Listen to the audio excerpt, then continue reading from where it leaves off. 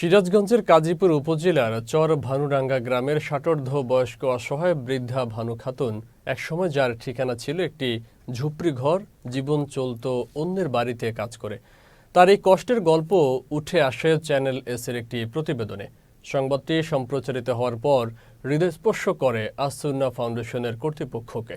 মানবিক সহায়তার হাত বাড়িয়ে ফাউন্ডেশন থেকে বরাদ্দ দেওয়া হয় 1,50,000 টাকা। সেই টাকায় নির্মিত হয় একটি আধা পাকা দোচালা নিরাপদ ঘর।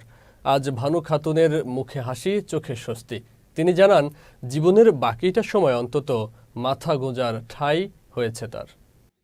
ভাঙাচুরা ভাড়া ছিল, বৃষ্টি আসে এবারে পানি পড়ছে, অন্যের বাড়ি কাজ করে খাতি বেটিকে বিয়ে দিয়েছি। আজ সুন্নাহ ফাউন্ডেশন একটা ঘর দিছে, আমি খুশি হয়ে গেছি।